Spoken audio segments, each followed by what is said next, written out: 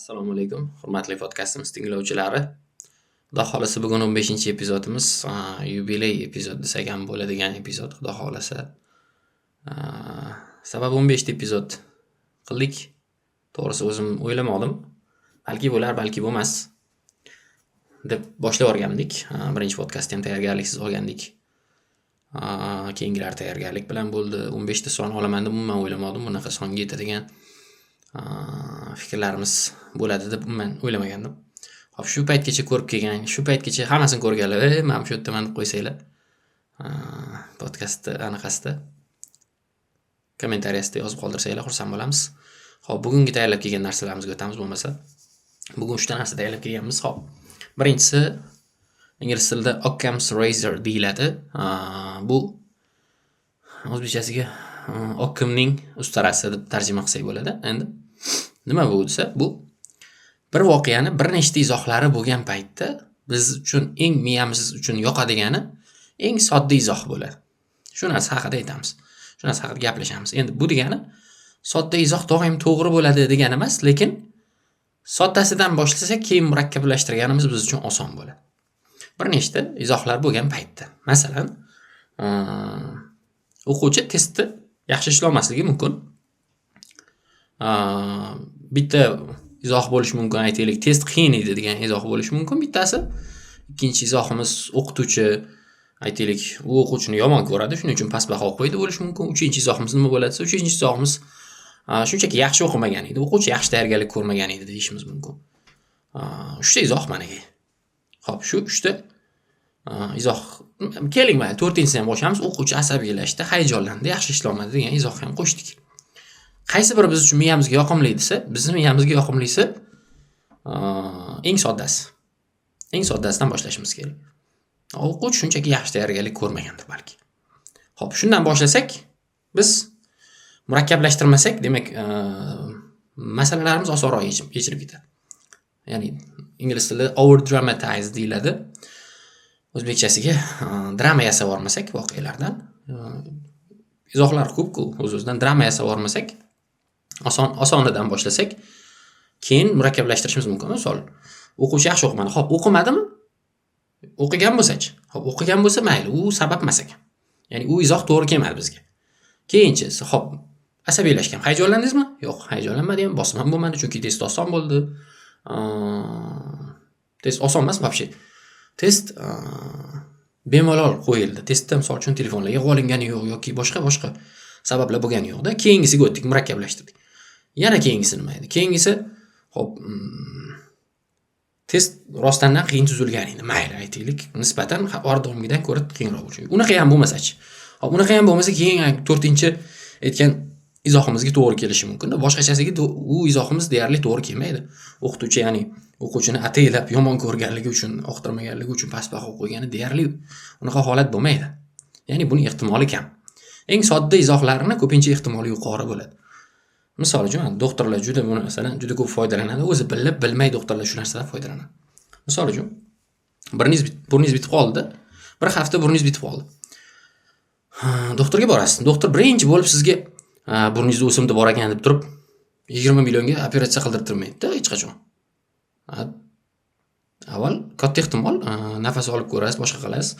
Nimadan bo'ldi? Shamollaganmidingiz yo'q degan savollar berasiz sizga. Katta ehtimol shamollagandan bo'lasiz yoki allergiyangiz bo'ladi yoki shu chang ko'payib ketganidan bo'lishi mumkin. Boshqa sabablar, ya'ni ehtimoli yuqori sabablari birinchi tekshirib ko'riladi. Ya'ni sodda sabablari ehtimoli yuqori bo'ladi. Murakkab sabablari ehtimoli past bo'ladi. Murakkab izohlari ehtimoli past bo'ladi. Qaysi birining ehtimoli katta? Xo'p, shamollash ehtimolimi yoki burningizda o'simta chiqayotganligi ehtimoli? O'z-o'zidan shamollash ehtimoli katta. Avval o'shanga tekshiriladi. Agar shamollagan bo'lsangiz, davolanganingizdan keyin burningiz ochildi. Bu bo'lmasa keyingisiga o'tiladi, keyingi etapga o'tiladi. Ya'ni sal murakkablashtiradi. Doktor yana boshqa omillarni tekshirib ko'radi. Boshqa faktorlarni, boshqa simptomlar deymizmi? O'sha simptomlarni tekshirib ko'radi, keyin tashxis qo'yadi. Avval osonidan boshlasak, murakkablashtirish oson, lekin murakkabidan boshlab qo'ysakchi, u bizga qimmatroqqa tushib qolishi mumkin. Misol yana bitta ko'rsataman, qani. Mashinamiz yurmay qoldi. Murakkabidan boshlamoqchisizda, ustiga olib bordingizda shu anchadan bir motor qildirmoqdimda, davay motorni almashtirib yuboring desangiz, motor almashtirish millionlab pul turadi-da. Bilmayman necha million pul turadi, lekin yaxshigina pul turadi. Xo'p, motorni almashtira olmaysiz-ku birdaniga. Prosta yurmay qolgan mashina. Nima deydi to'pa to'satdan to'xtab qolgan mashina. Birinchi benzinni ko'rasiz. Akkumulyator o'tirib qolganmikin balki, chiroyi qolib ketgandir, balki qo'shiq eshitib qolib ketgandirsizda, shuni hisobiga akkumulyator o'tirib qolgandir, balki-da, bilib bo'lmaydi-ku. Bundan tashqari moyani almashtirishingiz kerak bo'lgandir, balki vaqt kelgandir. Balki qaysidir simlari uzilib qolgandir yo moyka qilgan paytingizda, mashinani yuvgan paytingizda qaysidir simlariga suv tegib, zamekanik bo'lib uchib qolgandir balki. Bo'lishi mumkinmi shunaqa holatlar? Mumkin. Ya'ni eng osonidan boshlashimiz bizga osonroq. Ya'ni qimmatroq emas, arzonroqqa tushadi. Ya'ni benzin qolmagan bo'lsa-chi o'sha mashina misol uchun. Benzin qolmagan bo'lsa, borasiz benzin to'ldirasiz, bo'ldi, tamom, boshqa deyarli hech qanaqa ish qilmaysiz. Moy almashtirish kerak bo'lsa, moy almashtirasiz. Moy almashtirish ham unaqa qimmat turmaydi. Motorni almashtirganchalik qimmatga tushmaysiz. U yoqdan boshlasangiz, motorni almashtirishdan boshlamaysiz, hech qachon hayotda unaqa narsa bo'lmaydi. Balki kimlardir lekin shunaqa qiladi. Bu misollar hayotda sodir bo'lishi mumkin, lekin ehtimoli kam. Inson voqelikdan ko'ra o'zini tasavvurida ko'proq aziyat chekadi degani ham shunga to'g'ri keladi. Nimaga? Qarang. Bitta holat bo'ldi. Muammolaringiz bor, muammolaringizni sababi deylik boshqa odamlar bilan bog'liq. Boshqa odamlar qanaqadir sizga nisbatan noto'g'ri munosabati bo'lib turibdi. Aytaylik, turmush o'rtog'ingiz sizga noto'g'ri munosabatda bo'ldi. Endi noto'g'ri munosabatda bo'lganining sababi nima desa, birinchi sabab bo'lishi mumkin ishdan charchab kelgan deyishingiz mumkin. Yoki qanaqadir holatda asabiylashish bo'lgan deyishingiz mumkin. Yana boshqa sabablar aytib, oxirida aytishingiz mumkin, o'zi shunda ham ko'p urushvatdik, meni yomon ko'radi degan narsa u oxirga kelishi mumkin bo'lgan. Ehtimolda. Endi bu holatda nima qilish kerak? Qaysi biridan boshlash kerak? Oxirdan boshlamaysiz-ku. Biz voqelikda ko'proq aziyat chekamiz. Buni Seneca aytgan 2000 yil oldin voqelikdan ko'ra tasavvurda ko'proq aziyat chekamiz. Tasavvurimizda o'ylaymiz, o'zi meni yomon ko'radi. Shunaqa edi, unaqa edi, bunaqa edi. Ayollar ko'proq shunaqa drama yasaveradi. Unaqa bo'lish kerak emas. Balki charchagandir rostdan. Balki rostdan nimadir asabiylashib bo'lgandir, ishxonada qanaqadir muammo bo'lgandir yoki kim bilandir qanaqadir muammo bo'lgan paytda gapirib qo'ygandir xatoroq. Xullas bu ustara, ya'ni okim ustarasi izohlarni nima deydi, keragidan ortiqcha ko'paytirmang. Birinchisi eng soddasidan boshlab ko'ring. Eng soddasi bizga eng arzon tushadigan bo'ladi. O'shanisidan boshlab tekshirib ko'rish kerak. Bu izohlar to'g'rimi, noto'g'riligini tekshirib turib, keyin murakkablashtirish kerak. To'g'ri bo'lsa boshqasiga o'tmaysiz. Noto'g'ri bo'lsa mayli keyingisiga o'tasiz. Sal murakkabrog'iga o'tasiz. Boshqa izoh ko'rasiz. Tasavvurimizda biza ko'pincha mavhumlikni, ya'ni nimadir mavhum bo'ladigan bo'lsa, muammoyimizni natijasi ko'rinmasa, mavhum bo'ladigan bo'lsa, biza qo'rquvga aylantirib qo'yamiz bu narsani. Kimdir xabarlarga kechroq javob bersa, misol uchun, xafa bo'ldimikin, mendan jahli chiqdimikin, yo men nimadir aytganini qilmadimmikin deb turib siqilishni boshlaymiz. Aslida shunchaki javob yozgani hali vaqti bo'lmagan bo'lishi mumkin. Buni ham tekshirib ko'rishimiz kerak. Mavhumlikda qaror qilmaysiz-ku. Mavhumlikda qaror qilishingiz sizni noto'g'ri qaror qilishingiz sabab bo'ladi. Mavhumlik qarorni kechiktiradi. Shunchaki kechiktirish kerak. Mavhumlikda qaror qilinmaydi. Shunchaki kutasiz. Mavhumlik tiniqlashgandan keyingina qaror qilasiz. U holatda qilingan qarorlar ko'pincha yaxshilik bilan tugamaydi. Ko'pincha to'g'ri qarorlar bo'lmaydi. Yaxshilik bilan tugagan taqdirda ham. Band bo'lsangiz, misol uchun, keyinroq yozing deyishingiz mumkin. O'sha kech qolib yozgan odamga. Band bo'lsangiz, shunchaki keyinroq yozarsiz degan xabar yozib qo'yishingiz bilan keyin siz o'sha narsaga o'sha izohingizga oydinlik kiritib olasiz. Band edim, o'rtog'im kelib qoldi, shu bilan gaplashib o'tirdim yoki xo'jayinim chaqirib qoldi, ish buyurib qoldi yoki uydagilarim bilan telefonlashib o'tirdim shunaqa. Bizda izohlar ko'p bo'ladi doim. Eng soddalaridan boshlashimiz bizani o'sha izohlar natijasida noto'g'ri qarorlar qilishimizga, qaysidir sindromlar qurboni bo'lmasligimizga yordam beradi. Eng soddasidan boshlash kerak shuning uchun. Ish topa olmayotganimda o'zim shu holat bo'ldi. Men ish topa olmadim, mavhumlikda ish yo'q, men o'zimda ish yo'q, o'tgan yili o'tgan ish. Xo'p, vaziyat nima bo'ldi? Ko'p o'ylab o'rganimdan nima bo'ldi? Yaxshi o'qituvchi emasmikinman? Balki boshqa sohada harakat qilib ko'rishim kerakdir deb turib, o'zim sal qoldi boshqa sohaga urib sal qolib ketdi. Ozgina qoldi. O'sha paytda shunchaki menga to'g'ri keladigan ish yo'qdir balki. Balki noto'g'ri vaqtda ishdan bo'shab qo'ygandirman. Katta ehtimol shu narsa bo'ldi, chunki men o'quv sezoni, ya'ni o'quv sezoni o'zbekchasi nima bo'ladi? o'quv jarayonlari tugaydigan vaqtda men ishdan bo'shadim va o'quv jarayonlari kam bo'ladigan, o'quvchilar kamayadigan, o'quv markazida ham, maktablarda ham o'quvchilar ketadigan paytda ishdan bo'shadim. Shu sabab ish topolmay yurdim 3-4 oylab. 4 oy ish adashmasam shunaqa bo'ldi. Lekin o'sha paytda meni ortiqcha o'ylovim, o'sha mahkumlikda qilmoqchi bo'lgan qarorlarim noto'g'ri bo'lib ketishi mumkin edi. Men umuman boshqa sohaga o'tib ketishim mumkin edi. Nima qilishimiz kerak? Mahkumlik tiniqlashguncha ozgina bo'lsa ham kutamiz. Qaysidir joylarda yoki boshqa narsani o'ylab ko'rishimiz kerak mana. Balki o'sha bozorimiz xato bozorga ishga topshirayotgandirman yoki xato vaqtda topshirayotgandirman yoki menga joylashuvim to'g'ri kelmas. Balki men o'z hududimda menga to'g'ri keladigan ish yo'qdir. Uzoqroqqa borishim kerakdir. Men uzoqroqqa bordim. Noto'g'ri vaqtda qilgan ekanman. Kuzdan ish boshladim. Ish kam payt ekan. Ya'ni o'sha o'quvchilar kamaygan paytda ish boshlagan, ishga topshirgan ekanman. Bozor kichrayotgan paytda ishga topshirgan ekanman. O'z-o'zidan izohlarimiz soddasidan murakkabiga qarab harakat qilsa, ya'ni bizning izohlarimizni tekshirishni soddasidan boshlasak, har qanday muammoyimizga izohimizni soddasidan boshlab tekshirsak, biz uchun oson bo'ladi. Murakkablariga borishga hojat ham bo'lmay qoladi. Ko'p aziyat ham chekmaymiz, tasavvurimizda qiynalmaymiz ham.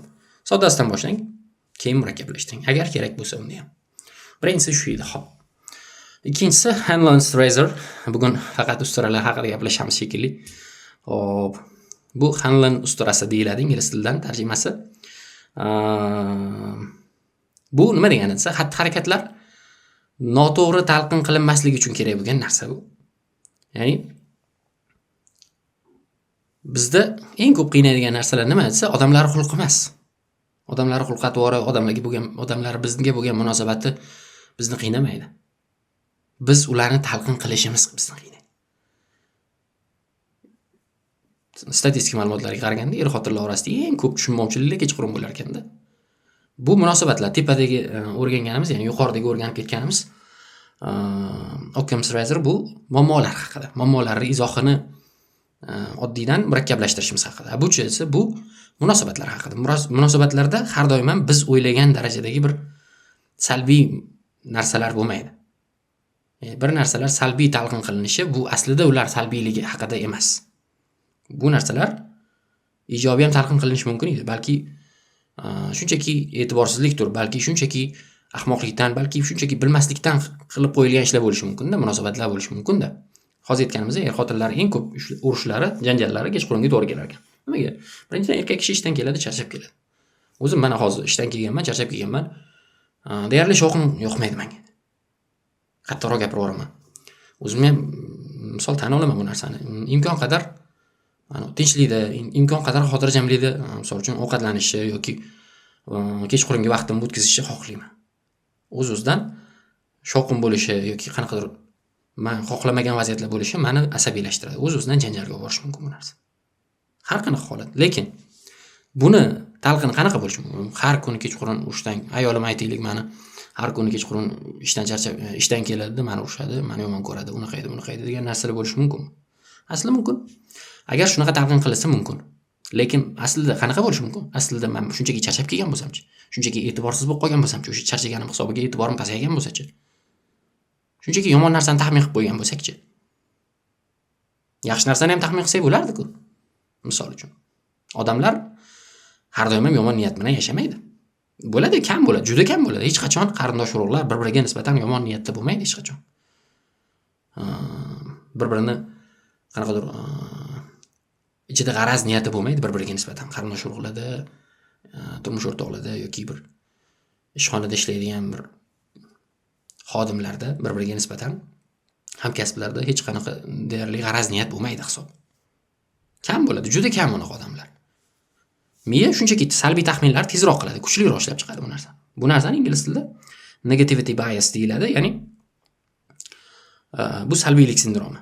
Chunki miya uchun optimizm xuddi xatodek tuyuladi-da. Bir narsani talqin qilish kerak bo'lsa, optimistik talqin qilishimiz xatodek tuyuladi-da. Bunaqa bo'lmasa-chi degan narsa ko'proq o'ylaymiz biz. Optimistik qarashlar. Lekin xato bo'lsa ham pessimizm bizga xavfsizroq tuyular ekan. Miya shunaqa ishlar ekan. Buni ya'ni boshqa manbalardan o'rgandim. Miyamiz shunaqa. Nimagadir bizga negativ narsalar, ya'ni salbiy narsalar oson qabul qilinadi bizda. yangiliklar kelib qolsa, yomon xabarlar tez tarqaladi. Chunki shov-shuv bo'ladi, va mana bunaqa bo'pti degan narsa bo'ladi. Negativity bias shu narsa. Salbiylik. Salbiy narsaga biz ko'proq e'tibor beramiz. Miyamiz ham salbiy narsani ko'proq ishlab chiqaradi. Shunaqa salbiy fikrlar bizda ko'proq chiqadi. Optimistik xuddiki xatodek tuyuladi. Hozir aytganimiz mana xabar ko'rdi-yu, javob bermadi degan narsa qasddan qilinyapti deb targ'ib qilinishi mumkin yoki qasddan nima deydi, xabarimga javob bermayapti chunki meni kutirish xohlaydi degan talqin bo'lishi mumkin. Aslida-chi, aslida shunchaki kimdir chaqirib qo'ygandir balki bu aytgandek. Biz shunchaki bepisandlik bilan talqin qilish, talqin qilganimiz yaxshiroq. Ya'ni bepisandlik emas, bu ham qaysidir ma'noda e'tiborsizlik deb talqin qilganimiz yaxshiroq. Bu bizga yaxshiroq, ya'ni oqibatlarga yetaklaydi. Ortadagi janjallarni kamaytiradi. Chunki bizda baribir dalil yo'q-da. Qarang, yaxshi narsaga ham, yomon narsaga ham dalil yo'q, lekin biz yomon narsaga dalil kutmaymiz-da. Miya shunaqa ishlar ekan. Yomon narsani taxmin qilishingiz uchun sizga dalil kerak emas ekan. Miya shunaqa ishlar ekan. Bir marta bu shunaqa holat bo'lgan bo'lsa, mayli banddir. Takroriy bo'lsa-chi. Xo'p, takroriy bo'lsa, haqqimiz bormi aslida? Yomon narsani o'ylashga, ya'ni takroriy xabarimga kech javob beradi desa, o'ylashga asli haqqimiz bormi? Aslida bor, lekin aniqlik kiritishimiz kerak. Bu yerda ham dalilsiz biz qaror qila olmaymiz, dalilsiz hukm qila olmaymiz bu odamga nisbatan. Xabarimizga javob yozmagan odamga nisbatan. Shunchaki kommunikatsiya yo'qligi, ya'ni kontakt yo'qligi miya bo'shlig'i qanaqadir taxmin bilan to'ldirib qo'yadi. O'sha taxmin ko'pincha salbiy bo'ladi, hozir aytganimizdek. Noto'g'ri bo'ladi. Va'dani bajarmaydi odamlar, misol uchun. Va'da beradi, bajarmaydi. Shu odamni va'dasini bajarmadi, aldadi. Bu o'zi yolg'onchida, hamma shunaqa aldab yuradi deymizmi? Aslida demaymiz, unaqa deyishimiz xato. Shunchaki esdan chiqib qolgandir, balki kuchi yetmagandir, balki qurbi yetmagandir, o'sha sharoitda to'g'ri kelmay qolgandir. Kimdir kasal, balki o'zi kasal bo'lib qolgandir, nimadir bo'lgandir hayotida deb talqin qilsak ham bo'ladi. Bunga ham hech qanaqa bir dalil yo'q bizda. Lekin boyagi yolg'onchi edi bu, hammani shunaqa aldab yuradi deganga ham hech qanaqa bizda asli dalil bo'lmaydi ko'pincha. Lekin negativ narsa dalilsiz miyada qabul bo'lganligi uchun biz uni o'ylaymiz ko'pincha negativ, ya'ni salbiy narsalar bilan o'ylaymiz. Odamlar bilan munosabatda kelishish kerak. Har qanaqa odamlar bilan. Oilada ham, ishxonada ham, xo'jayin xodimlar bilan, oila a'zolari, oila boshlig'i kim bo'lsa o'sha bilan kelishish kerak. Nimadir muammo chiqsa, men juda bir hayotimizda eng kerakli bo'ladigan maslahatlardan bittasi bizga ham bir ustozimiz berganda, hayotingda nimadir muammo chiqsa, o'tir, gaplash. Odamlar bilan muammo bo'lsa, o'tir, o'sha muammoni hal qil. Gaplashib hal qilsa bo'ladi. Bu 99% holatlarda ishlaydi. Shunchaki o'tirib gaplashishni ikki tomon kelishib olish kerak. O'sha muammo sodir bo'lgungacha. Turmush quradiganlar bo'lsa, biz Xudoga behisob shukr, mana 2 yildan oshiq turmush qurgan vaqtimizga 2 yildan o'tgan bo'lsa, misol uchun ayolim bilan deyarli urushmaganmiz. Nimaga desa, balki bir-birimizni xarakterimizni tushunganimizdandir, balki boshqa. Lekin bizda bitta qoida bor. Nimadir muammo bo'ldimi? O'tiramiz, gaplashamiz. Bu juda ham zo'r ishlaydigan qoida.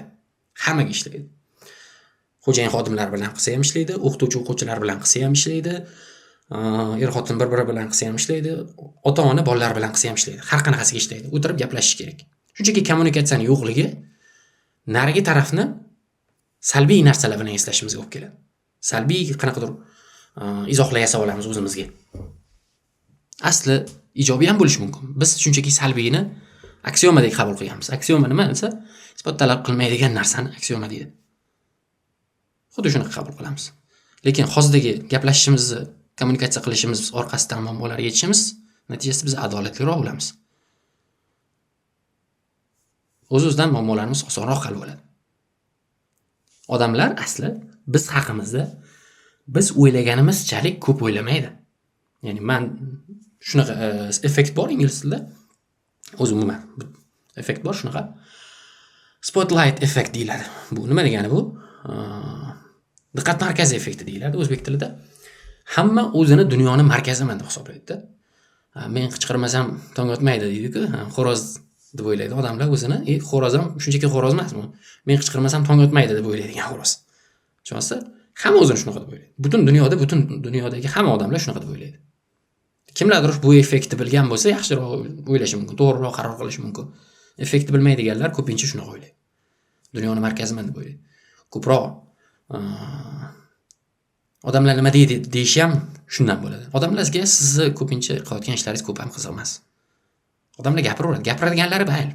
Kimlardir bordir gapiradigan, lekin sizni qilayotgan ishlaringiz odamlarga deyarli qizig'i yo'q.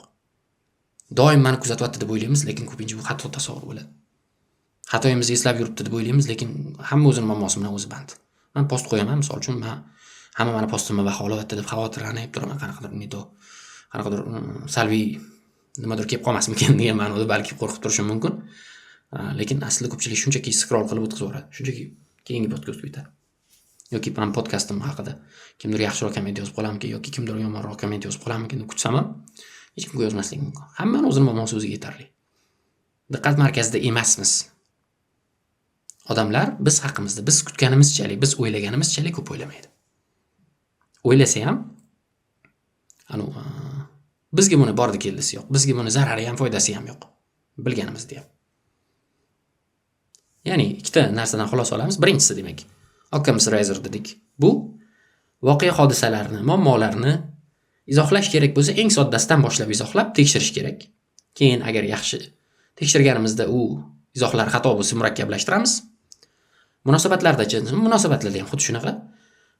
Faqat hamma qilingan xatolar ham, hamma bizga qilingan munosabatlar ham yoki xulq-atvorlar ham yomonlikka yo'yilaverish kerak emas. Ya'ni yomon talqin qilinishi ham mumkin. Aslida u yaxshi talqin qilinishi ham mumkin. Yaxshi talqin qilsak, yaxshiroq yashaymiz. Munosabatimiz o'zgaradi bu odamlarga nisbatan. Munosabatimiz o'zgarsa, xulqimiz o'zgaradi bu odamlarga nisbatan. Xulqimiz o'zgarsa, hayotimiz o'zgaradi. Xo'p, 3-siga o'tamiz. 3-chi o'rganishimiz kerak bo'lgan narsa map is not the territory. Bu xarita bu hudud emas degan aqliy model. Nima degani bu? Xaritani ko'rasiz. Xaritada aytaylik, metroni xaritasini tasavvur qiling. Metroni xaritasida qaysi bekatda tushasiz, qaysi bekatda boshqa yo'nalishga o'tish mumkin, qaysi bekat oxirgi bekat, shularni ko'rishingiz mumkin. Lekin qaysi bekatda qanaqa belgilar bor, qaysi bekatni qaysi tarafidan chiqsangiz, aytaylik, qaysi binoga yuzlashib chiqasiz, bular haqida ma'lumot yo'q metro xaritasida. Shunchaki qaysi bekat qaysi tarafda ekanligi, undan oldin qaysi bekat borligi haqida informatsiya bor. Bu xarita. Xarita bu hech qachon hudud bo'la olmaydi. U yerda xaritada biz hududda ko'rishimiz mumkin bo'lgan narsani hammasini ko'ra olmaymiz hech qachon. Hudud aslida bizga haqiqiy biz yuzlashishimiz mumkin bo'lgan narsani ko'rsatadi. Juda bir zo'r narsa ekan. Men o'zim oddiy narsa deb qabul qildim boshda. Chuqurroq o'ylab ko'rsam, juda katta narsa ekan. Oliy ma'lumotli degani titul bor, Misol uchun shu odamlarga beriladigan lavozim deymizmi, mavqe deymizmi, oliy ma'lumotli degan mavqe bor. Ko'pchilik oliy ma'lumotda bo'lmaganligi uchun yaxshi ishlarga kiromi yo'q ketadi. Aslida oliy ma'lumoti bor degani rostdan ham oliymi u ma'lumot? Rostdan ham aqllimi u odam? Buni bilmaymiz. Uni o'sha odamni ishga olib ko'rganini bilamiz. Lekin bu narsa bizga ishimizni osonlashtirishi mumkin. Oliy ma'lumotli degan narsani qo'shishimiz orqali o'sha ish e'loni beramiz, misol uchun. Ish e'loni berganimizda shunchaki talablarga oliy ma'lumotli deb qo'shib qo'ysak, bizga aqlli odamlar kelish ehtimoli yuqoriroq bo'lishi mumkin. Nimaga desa, xo'p, men qolganlar aqlsizga yoki boshqaga ham chiqarmoqchi emasman. Shunchaki o'qishga ehtiyoji borlar o'qiydi. Kim o'zini, misol uchun aytaylik, o'stirishni xohlasa ko'proq o'qishga harakat qiladi. Xo'p, oliy ma'lumotli bo'lsa ham, bo'lmasa ham ishga olinishi mumkin. Oliy ma'lumotli bo'lmaganlar ba'zida oliy ma'lumoti borlardan aqlliroq bo'ladi. Buni qanaqa filtr qilamizsa, hozirga aytganimizdek, oliy ma'lumotli degan filtrni qo'shishimiz bizga yaxshiroq kandidatlarni saralab berishi mumkin. O'sha bir guruh kandidatlar orasidan ichidan yaxshiroq kandidatlarni aytaylik, o'qishga xohishi bor, ta'limdan ko'proq xabar bor odamlarni bizga ishga taklif qilinishi ishga ish so'rab yozish ehtimolini oshiradi. Hozirga aytganimizdek, qayerdan bilamiz buni? Yaxshiroq gaplashib ko'rishimiz kerak. Rezyumesini ko'rishimiz kerak. Kanali bo'lsa, kanalini ko'rishimiz kerak. Muammoli holatlarga solib ko'rishimiz kerak. Har xil gaplashib ko'rish uslublari bor. Ya'ni hozirga aytganimizdek, titul bu xarita. Bu hudud emas. Xarakter bu hudud. Qattan bilamiz xarakterni. Ishlab ko'rganimizda bilamiz. Qiyin holatlarga solib ko'rganimizda bilamiz. Aytishadi-ku, sayohatga chiqqanda odamzodning haqiqiy xulq-atvorlar ochilib qoladi. Sayohat odamlarni asl yuzini ko'rsatadi deydi, lekin hozirgi sayohatlar bunaqa emas. Chunki hozirgi sayohatlarda bizda qiynalish ko'rmaymiz. Oldin suv bo'lmasdi, ovqat bo'lmasdi misol uchun. Hozir hamma narsa bor, pulingiz bo'lsa bo'ldi. Qiyinchilik deyarli ko'rmaysiz. Oldin bo'lgandir balki bu narsa. Hozir nima qilish kerak? Hozir muammoli vaziyatlar ko'rsatib beradi odamlarni asli yuzlari qanaqaligini. Muammoli vaziyatlarga solib ko'rsangiz, qiyin vaziyatlarga, qiyinchilik bo'ladigan vaziyatlarga, g'azablantiradigan vaziyatlarga solib ko'rsangizgina bilasiz u odamning asl yuzi qanaqaligini. Buni nimaga aytyapman? Xo'p, xarakterni biz hudud deyishimiz mumkin, lekin titul yoki rezyume nimaligini bilamiz. Ishga topshirganda yuboradigan varaqamiz o'zimiz haqimizdagi. O'sha rezyumeda yozilgan hamma narsa ham bizni aslimiz emas. Rezyume shunchaki bizga xarita, xarakterimiz, xulqimiz. Xarakterimizni hudud deyishimiz mumkin. Yoki kanali borlar haqida gaplashaylik mana. Kanali bor odam, aytaylik, odamzod o'zi gapiradigan gaplari o'zi haqida gapiradigan. Men aytaylik, men dangasaman, men joyi bitirganman, men bu narsalar bilaman, shuncha odamga dars berganman, shuni qilganman, men bunaqa dars o'taman deb aytib berishim shunchaki xarita bo'lishi mumkin sizga. Men haqimdagi xarita bo'lishi mumkin. Men haqimdagi asli hudud qaysi desa, men haqimdagi asli hudud boyaga aytgandek kanalimiz bo'lishi mumkinmi? Endi agar men o'zimning fikrlarimni yozsam, ha. Amal qiladigan fikrlarim bo'lsa unda ham. Amal qilmaydigan fikrlarim xaritadan boshqa narsa emas. U xarita ham meni xaritam emas. Meni men yasab olgan soxta Ilyosning xaritasi bo'lishi mumkin. Agar o'zimning fikrlarim yozilmasa u kanalda.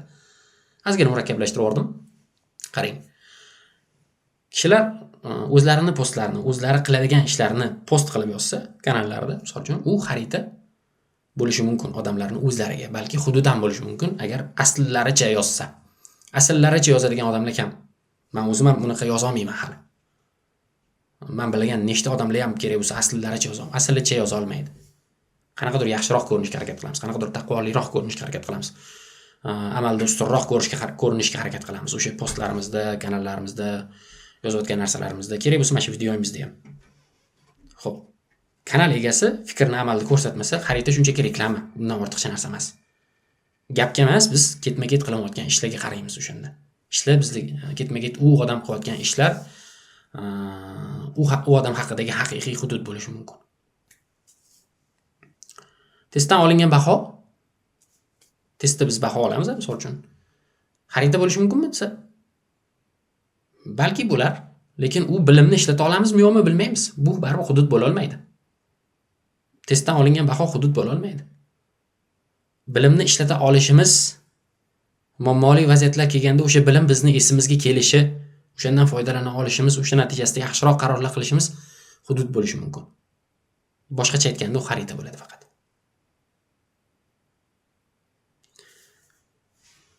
Hudud shunchaki vazifa ko'rinishida yoki loyiha yoki real muammo ko'rinishida tekshirilishi mumkin. Boshqachasiga tekshirib bo'lmaydi bu narsani. Odamlar reja qiladi, misol uchun. Reja shunchaki xarita. Bajarishimiz hudud. O'sha rejalarimizni amalga oshirishimiz hudud bo'ladi. Rejaga qarab yo'lga chiqish bajarish oson qiladi, to'g'ri. Reja foydali bo'lsagina, birinchi harakatga undasagina u xarita bo'ladi. Boshqachasiga xarita bo'lmaydi. Rejamizni shunchaki yozib qo'yishimiz bizni aldab qo'yishi mumkin. Xaritam bor-ku degandek o'ylashimiz mumkin. Rejani yozib qo'ydik, harakatga kelmadik, xaritam bor-ku deb yuraveramiz. Rejam bor-ku deb yuraveramiz, lekin u reja ishlamaydi. Xarita ham bo'lmaydi u. Shunchaki kechiktirish bo'ladi. Reklamalarda qilgan natijalar ko'rsatiladi. Misol uchun, men reklama qilsam o'zim haqimda, post qilsam, men o'zim qilgan natijalar ko'rsataman, lekin menda qancha berkitilgan faktlar bo'lishi mumkin. Meni kamchiliklarim haqida berkitilgan qancha faktlar bo'lishi mumkin. Buni faqat tajribadan o'tkazsakkina bilamiz. Tajribadan o'tkazsak degani meni kimdir ishga olsa, menda kimdir o'qisa yoki meni podkastlarimni kimdir ko'rsa, aytaylik, men bilan kimdir o'rtoq bo'lsagina men haqimdagi asl haqiqatlarni bilish mumkin. Boshqachasiga bila olmaysiz. Ishxonalar bor, men biladigan bir nechta ishxonalar bor. Natijalar bilan maqtanadi. Natijalarni asli o'sha natijadek harakat qiladimi? Siz qanchadan qancha bekitgan kamchiliklarni bilamiz. O'zimiz borib ko'rganimizda bildik. Qattan bilamiz, uni tajribadan o'tkazganimiz uchun bilamiz. Xarita hech qachon hudud bo'la olmaydi. Xarita shunchaki o'sha hudud haqidagi taxminiy fikr, yo'nalish bo'lishi mumkin. Undan ortiqcha narsa bo'la olmaydi. Aqlli odam xaritani inkor qilmaydi, to'g'ri, lekin unga ishonib ham ketmaydi. Muhim joyi shu yerda. Eng muhim joyi bu xarita va hudud haqidagi gaplarimizning eng muhimi shu yerda. Aqlli odam xaritani inkor qilmaydi, lekin unga ishonib ham ketmaydi. U tekshiradi, agar solishtiradi, shundan keyin qaror qilishi mumkin. Yaxshiroq qaror yoki foydaliroq qaror bo'lishi mumkin o'shandan keyin. Kitoblar bor, kinolar bor. Ular haqida revyular bor. Aslida kitob revyular yomon bo'ladigan bo'lsa yoki kinolar haqidagi revyular kinoni yomonlasa, 100% yomon degan xulosa ola olmaymiz. Balki yozgan odam, o'sha revyuni yozgan odam kitobni tushunmagandir yoki kinoni tushunmagandir muhim joyini. Ko'p kinolar aslidan pastroq baholangan. Men bilgan kinolarim aslidan pastroq baholangan kinolar bor ichida. Misol uchun, juda zo'r ishlangan kinolar aslidan pastroq baholangan. Mashhur seriallar bor, ko'rishlar soniga qarab turib hukm qilmaymiz-ku, bu ko'rishlar soni yuqori ekan, millionlab ko'rilgan ekan. Demak, zo'r kino ekan, zo'r serial ekan deb qabul qilmaymiz-ku. Shunchaki ichidagi 18+ sahnalar soni ko'paytirib olgandir, balki ko'rishlar sonini. Bilmaymiz. Qattan bilamiz desa, uni o'sha kinoni bir nechta qismlarini ko'rib ko'rish yoki u haqida ishonchliroq boshqa manbalardan qidirib ko'rish. Boshqa manbalardan qanaqa qidiramiz? Xo'p. Endi review yozgan odam hissiyotlari bilan yozadi. Qisqacha o'sha narsani ta'riflarini o'qishimiz mumkin. Ingliz tilida summary deyiladi, u haqida degani o'zbekchasiga bir narsa haqida qisqacha fikr. Qisqacha fikr degani o'sha narsa haqida nima bo'lishi haqida. Aytaylik, kino yoki kitob haqida bo'ladigan bo'lsa, shu kinoda nima bo'lishi haqida summary yozilishi. O'shalarni o'qish orqali biz to'g'riroq qaror qilishimiz mumkin. Yaxshi kitob yoki yaxshi kino deyishimiz mumkin. Bahoni sababini bilmasak, bu bahoni o'zi uchun qarorga yetarli emas-da bu narsa. Bahoni sababi kimdir kayfiyati yo'q paytda kirib o'sha kitobni o'qib, bu rasvo kitob ekan, bo'lmadi, unaqa edi, mana kamchiliklar bor ekan deb yozib ketishi mumkin, misol uchun, yoki kinoni ham xuddi shunaqa holat bo'lishi mumkin. Qattan bilamiz. Shunchaki summarylarni o'qishimiz kerak, o'sha kitobni ham, kinoni ham ko'rish kerak. Aqlli odam qarorni bahoga qarab qilmaydi. Bahoni nega berilganiga qarab qabul qiladi qarorlar. Nazariy xarita, amaliyot hudud. Nima hudud, nima xaritaligini bilmasak, biz ko'pincha adashib qolamiz. Xo'p, bugungi o'tishimiz kerak bo'lgan narsalarimiz shu edi. Tushuntira oldim degan umiddaman. Agar podkastimizda nimadir kamchilik bo'layotgan bo'lsa, iltimos yozib qoldirsanglar kommentlarda. Xursand bo'lardik. Xo'p, hammaga foydali bo'lar degan maqsadda bu narsani qilyapmiz. Iltimos, bu foydadan yana ham ko'proq odam foydalanishini o'zimiz ham xohlaymiz, boshqalarga ham ilinish xohlaymiz. Xo'p. Buning uchun sizlar iltimos kommentariyada yozib qoldiringlar, kamchiliklarimiz bo'lsa. YouTube tomonlarimiz bo'lsa ham yozib qoldiringlar iltimos. Xo'p, xursand bo'lamiz. Ajratayotgan vaqtimiz bekor ketmayotganini bilamiz. Rahmat, sog' bo'linglar.